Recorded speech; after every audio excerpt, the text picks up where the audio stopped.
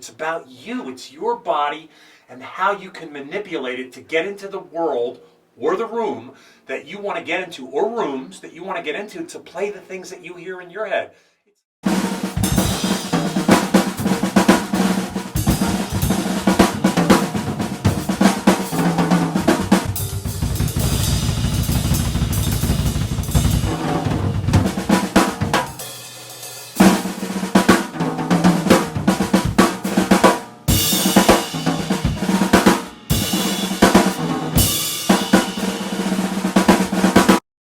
So John, you have a pretty interesting background. Some great stories about kind of where you come from, who you are, how you became the drummer that you did, and your whole approach to your lineage and to the question of lineage in drumming at all. And I'd love for you to talk about that. Sure, Sam. It really began in Baltimore, Maryland when I was 2, I remember. And I was just enthralled and glued to the television watching Xavier Cugat, obviously,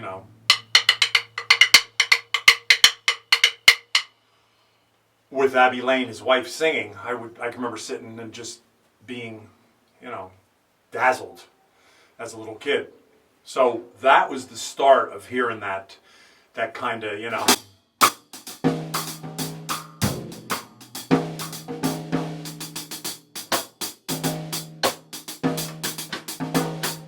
those kind of things. And, obviously with her vocal going on, it was a pretty dazzling show for a 2-year-old. And then, I got to see, Gene Krupa through an uncle. I got to see him play. And then Buddy Rich, just happened to be upon Buddy Rich. But I remember those two, Xavier Cugat's band with that, and then Gene Krupa.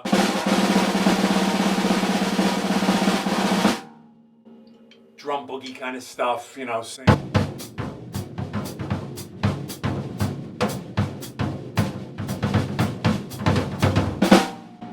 And then I know later I saw Buddy Rich, and there was something different about Buddy that just, he had that polishy thing that just, I would just sit for hours whenever I'd wait up late at night as I got older for the Johnny Carson shows with Buddy Rich, Mike Douglas shows with Buddy Rich, Dick Cavett. It didn't make any difference. I was a school kid and I just wanted to see Buddy Rich.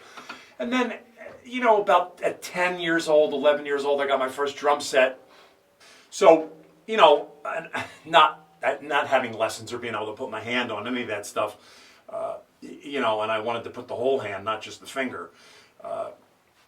Just moving on, I discovered Joe Morello, loving him to death. The different time signatures and things he was playing in, but just his ride cymbal and his snare drum work. And it was like, and then as a kid, I would go off the Jersey Parkway at Dorn and Kirshner and just sit outside his door and listen to him practice and teach. It was insane, just a pad going for hours, and I loved it. I just would make it look like I was going to buy a book, but I was standing there listening to Joe. So who was your first teacher? It was a middle-aged man. He was a general music teacher. From 10 to 12, I think I studied with him just in the summer, and his name was Henry Schlechter. He was a great guy, and the final lesson that he gave me that one summer before I, 11, 12, he said to me, he goes, "I know you're going to play drums. That's what you want to do, is play jazz drums, and I'm not the guy for you." And he said, "If you ever get a chance, you need to study with a guy by the name of Joe Morello." And he handed me a record called The Drum Suite with Don Lemon, Teddy Somer, Gus Johnson, and Ozzie Johnson. Man, I just killed that ride.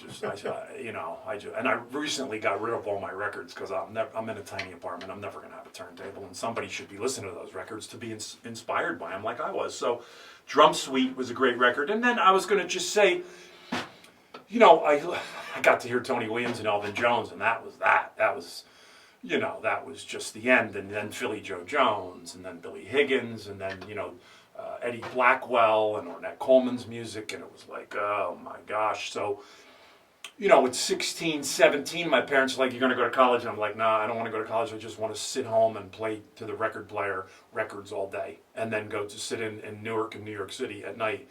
They were like, after a fight, they were like, okay, that's what you want to do, then that's what you got to do. And that's kind of what I did. And that, along with no lessons, just listening to these great guys, no lessons, nobody working with my hands or anything, just looking, seeing them live, talking to them occasionally when I got the nerve up.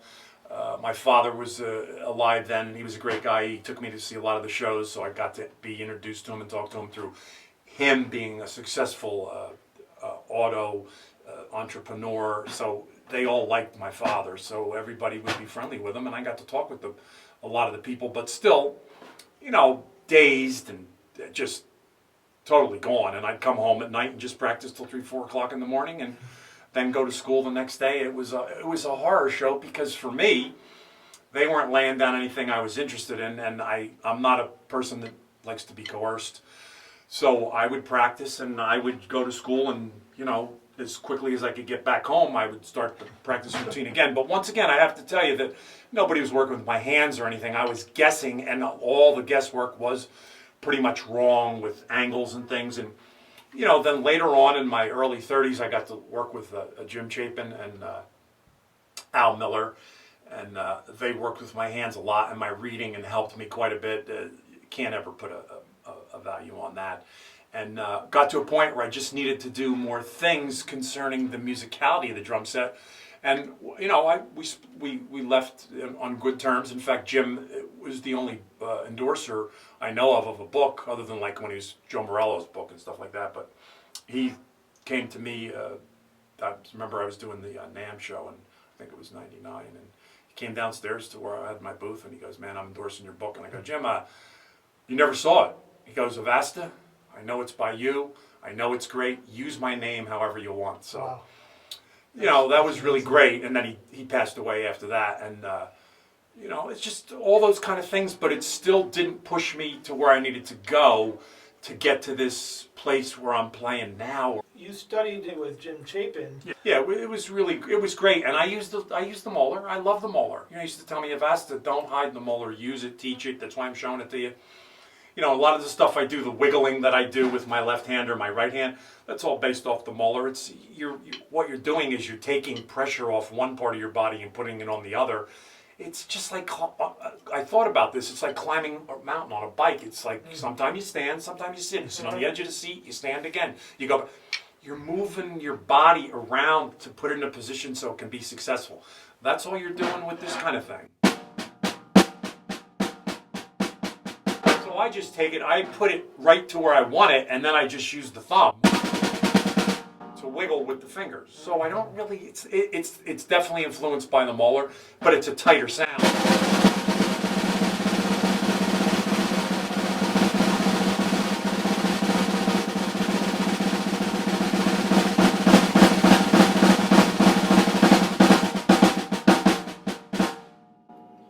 I use it like that a lot, so I can get right into where I need to get into to make the quick statement, get out. So, it works for me. But we're going to cover that in another lesson.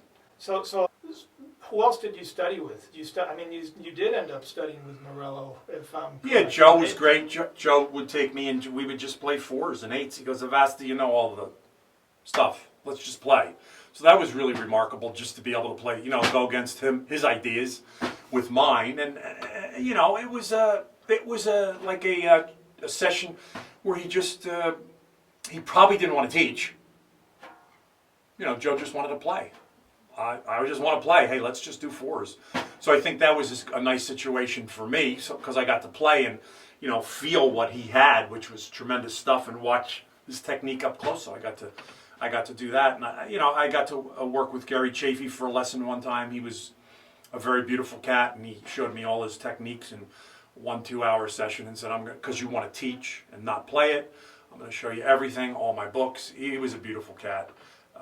And, there's a lot of people that I got to study with one-on-one for short periods of time, but the Chapin thing and the Al Miller with the reading, and you know, those were the formidable kind of things where they would talk about your hands and setting up, and you know, they just couldn't give me the musical things that I was looking for. So, you know, after 4 years or 3 years, however it was, you move on and you just start experimenting, and you continue listening to, you know, all the great guys, Andrew Cyril and Bob Moses and Philly Joe and, you know, Ben Riley and Jimmy Cobb and, you know, Tony and Elvin, and it just, and the young guys coming up behind, you know, coming up behind them were all there too. I'd buy the records, go here and play, and you know, there were always great guys playing. So there was New York City was a great place to, you know, to be, man. Where I expanded my knowledge, and it's just very recent, believe me. And it's not me, it's coming through me, but is just to be able to move around and through. It's really a new science. It's just more about your body and developing your body to be in tune with where the drums are, where the cymbals are, so you cannot get in a trap. You can play around it, almost like a golfer being in a trap and having to scramble. This same kind of concept started to come through me, and I just would write it, and I developed it and wrote it and developed it, and it was kind of like a monster that had to be fed every day. You know, I probably have amassed at least 2 more books of philosophy and you know, patterns and crossovers and cross-unders and things like that, where you could just keep your hands out of the way and do things in a way where you're not, you know, you're not getting struck down by a stick. If it happens, it happens. There's a lot of great videos and people that play with that happening to them. But to be able to get out of a way, so you'd have a left over right, but really it's still left over right when you make your landing. So those kind of things we set up in a way so you have that. So you're there, and as you see, I open out. I use the shoulders off the collarbone. I use the upper back. Everything's moving. It's not just working these. It's everything attached, the bigger groups into that. And the same with the feet. You know, it's nice to have that sound, but it's nicer to have control with that sound and have a place where you can put your foot and it's nice and soft. And the hi is nice and soft, and then it always feels really good when you're playing that. You know, you create that feeling when your body is in a stress mode. It's not good for anybody. It's cortisol. It's a zone that the body starts to break down. So if you're breaking down and you're trying to play a show, that's exactly the opposite of what you want to have happen. You want to be in a healthy, happy sort of way, doing things. Music comes from being happy and healthy. Now, in general terms, if your body's in a position to be successful because you've taught it the right motions, then you can play the show comfortably, and you have confidence. You're confident. If you miss, you go back and you create again, and you do it. And it's really about you. It's not like I didn't make the paradiddle.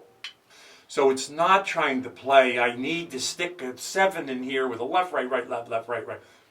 It's not that. There's nothing wrong with that. We're not trying to replace those concepts and those ideas and those hypotheses of drummers that have that, and they put them into certain things.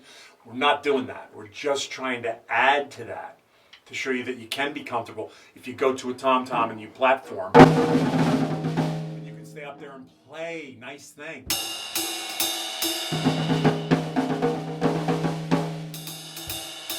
So all those little motions, it's not the molar, it's not a 7.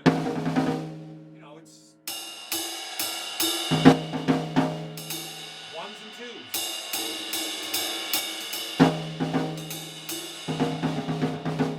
And that generally will get you to.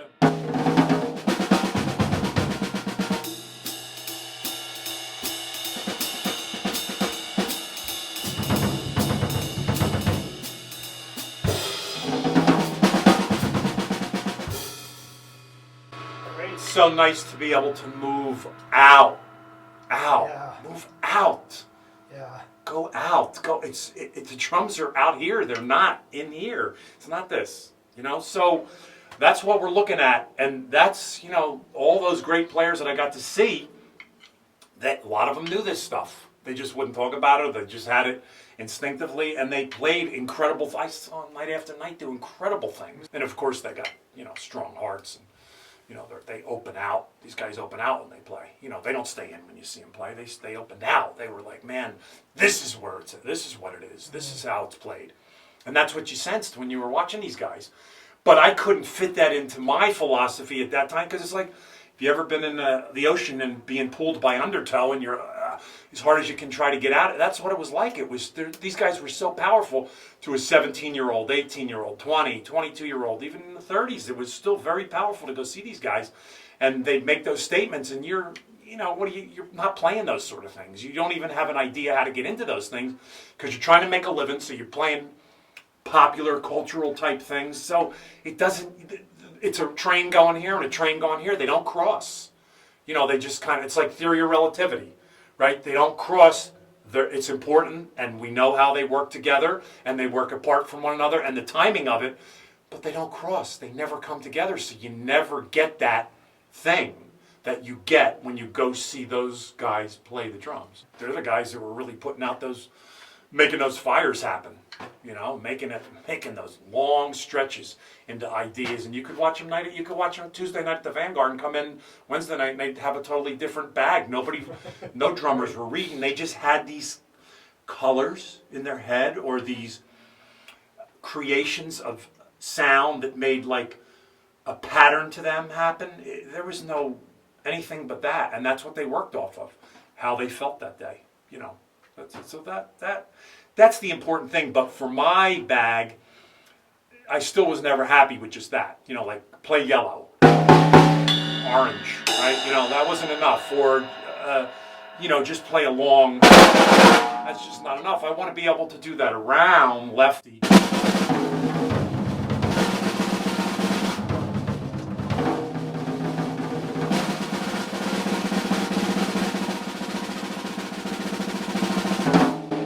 Play left-hand leads on each of the drums and be comfortable and not feel like I'm just gonna wither away and I can't come back and I can't swing or I can't play a Caribbean feel because I'm just, that's not the feel anymore.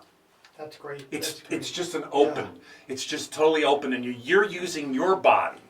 That's, I think, what the excitement is. It's about you. It's your body and how you can manipulate it to get into the world or the room that you want to get into, or rooms that you want to get into to play the things that you hear in your head. It's not about playing like a Coltrane track that Elvin would play on or Roy Haynes would play on. It's not that. I mean, you can play that, but where's that going to get you? It's already been done. It's been done. It's 50, 60 years old. Who wants to hear that? Let's hear you guys. Right on. Take this idea and you guys make something out of it. That's why we're here. It's been 20 or 30 years since, you know, you moved ahead and did something really spectacular with your playing. Now here's a system that will open you out so you can do something really spectacular with your system. And we've had nothing but great results. So why don't you take us out with a little playing for a couple of minutes, and I'll just sit here and get bombed by the great sound and feel amazing. You got it, Sammy. Thanks, man.